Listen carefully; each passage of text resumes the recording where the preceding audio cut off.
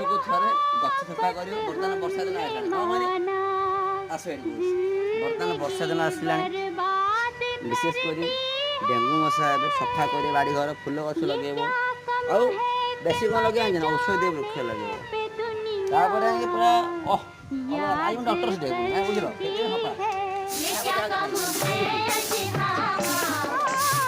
ମାମି କ'ଣ କହୁଛୁ ସେ ଭାଇ ମାମା ଆଉ